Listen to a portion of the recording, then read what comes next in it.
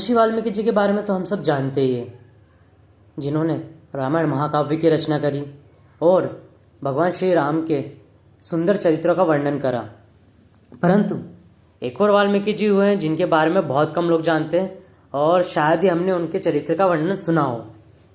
तो आइए जानते हैं उनके बारे में, जिनका नाम है स्वपच वाल्मीकि जी। इनका जन्म द्वापर में पांडवों के महल में जूठन उठाने आने वाले स्वपच कुल में हुआ। स्वपच कुल में जन्म लेने के बाद भी ये कितने महान है, यह हमें इस कथा में श्रवण करने को मिलेगा। और भगवान श्री कृष्ण ने स्वयं इनकी महिमा का दर्शन सभी को कराया है। तो आइए इनकी कथा को विस्तार से सुनते हैं।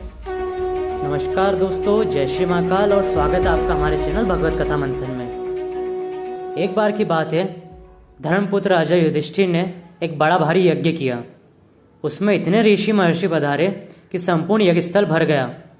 भगवान श्री कृष्ण ने एक शंख स्थापित किया और कहा कि यज्ञ के सांगोपांग पूर्ण हो जाने पर यह शंख बिना बजाए ही बजेगा। मतलब जब यह यज्ञ अच्छी तरह से पूर्ण हो जाएगा तो यह जो शंख है बिना बजाए बजने लगेगा। यदि नहीं बजे तो समझिए कि यज्ञ में अभी कुछ त्रुटि है, यज्ञ पूर्ण नहीं हुआ। वही बात हुई, पूर्ण आहुति, तर्पण, ब्राह्मण भोज, दान, दक्षिणा आदि सभी कर्म विधि समेत संपन्न हो गए, परंतु वह शंख नहीं बजा। तब सबको बड़ी चिंता हुई कि इतना श्रम करने के बाद भी यज्ञ पूर्ण नहीं हुआ। सभी लोगों ने भगवान श्री कृष्ण के पास आकर कहा कि प्रभु, आप कृपा करके बताइए कि यज्ञ में कौन सी कमी रह गई है। भगवान बोले, शंख न बजने का रहस्य सुनिए। यद्यपि ऋषियों के समूह से चारों दिशाएं संपूर्ण भूमि भर गई है और सभी ने भोजन किया है, परंतु एक रसिक वैष्णव संत ने भोजन नहीं किया है। यदि आप लोग यह कहें कि इन ऋषियों में क्या कोई भक्त नहीं है तो मैं नहीं कैसे कहूँ। अवश्य इन ऋषियों में उत्तम से उत्तम भक्त हैं।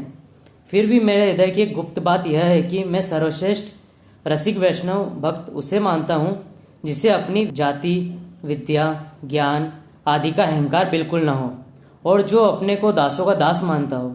यदि यज्ञ पूर्ण करने की इच्छा है तो ऐसे भक्त को लाकर जिमाइए।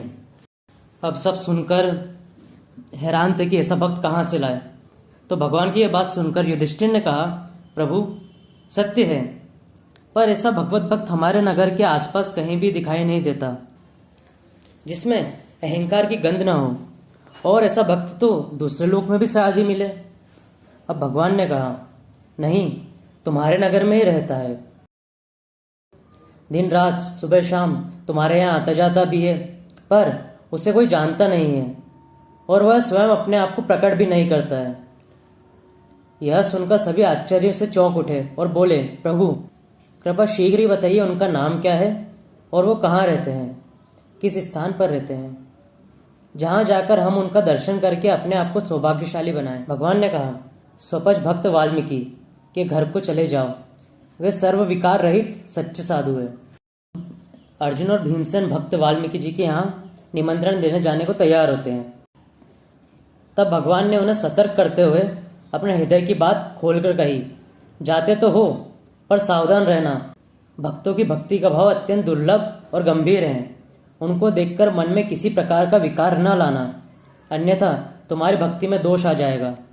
दोनों ने वाल्मीकि जी के घर पहुंचकर उसके चारों ओर घूमकर उसकी प्रदक्षिणा की।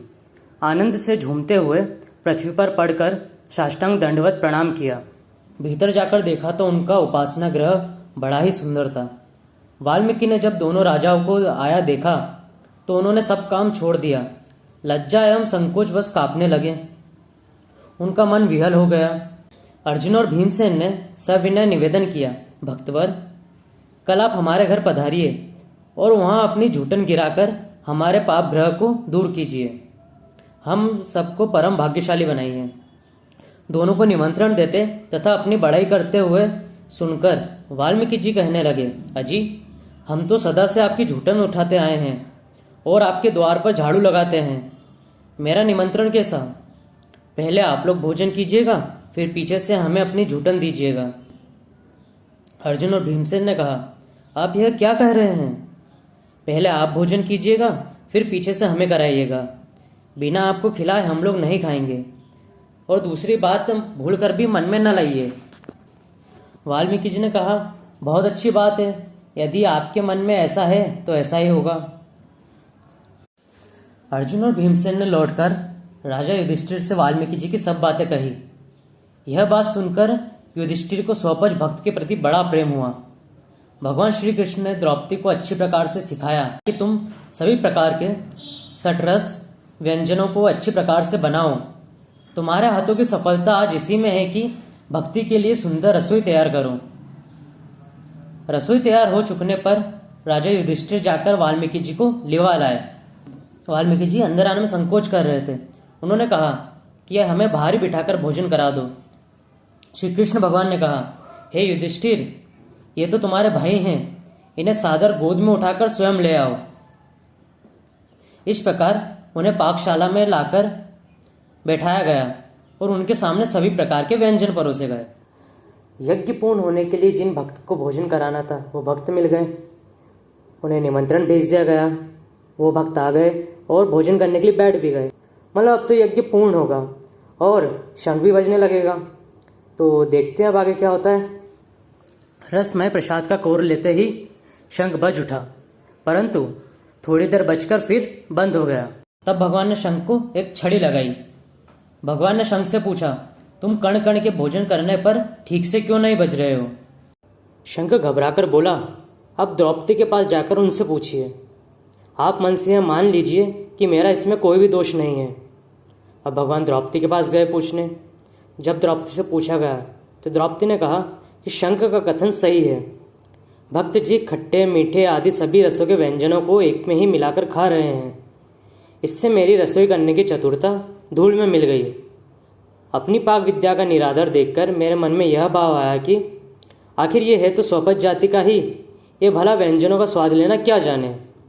अब द्रौपदी की ये सब बातें सुनकर भगवान ने स्वपच वाल्मीकि जी से सभी पदार्थों को एक में मिलाकर खाने का कारण पूछा। तो वाल्मीकि जी ने बड़ा सुंदर उत्तर दिया। वाल्मीकि जी ने कहा कि प्रभु, आप इन सब का भोग तो पहले ही लगा चुके हैं, अतः पदार्थ बुद्धि से अलग अलग स्वाद में कैसे लूं? पदार्थ तो एक के बाद दूसरे रुचिकर और अरुचिकर लगेंगे, फिर इसमें प्रसाद बुद्धि कहाँ रहेगी? मैं तो प्रसाद का सेवन कर रहा हूँ, व्यंजनों को नहीं खा रहा हूँ। यह सुनकर भक्त वाल्मीकि में द्रौपदी का अपार सद्भाव हुआ और शंख जोरों से बजने लगा। लोग भक्त की जय जयकार करने लगे। इस प्रकार यज्ञ पूर्ण हुआ और भक्त वाल्मीकि जी की महिमा का सबको पता चल गया। तो ये थी भगवान के भक्त की एक सुंदर कथा स्वपच वाल्मीकि जी की, और ये हमें एक संदेश भी देती है कि हमें प्रसाद को प्रसाद बुद्धि से ही ग्रहण करना चाहिए, पदार्थ समझ के नहीं ग्रहण करना चाहिए। तो यदि आपको ये कथा, ये वीडियो पसंद आया तो इस वीडियो को लाइक कर दीजिए और आगे ज़्यादा से शेयर करिए। और अगर आप चैनल पर नए हैं तो चैनल को सब्सक्राइब जरूर करें, बेल आइकन दबाना ना भूलें। हम आगे और भक्तों की सुंदर सुंदर कथाएं लाते रहेंगे, तो बने रहिए हमारे साथ हमारे चैनल भगवत कथा मंथन में। जय श्री महाकाल।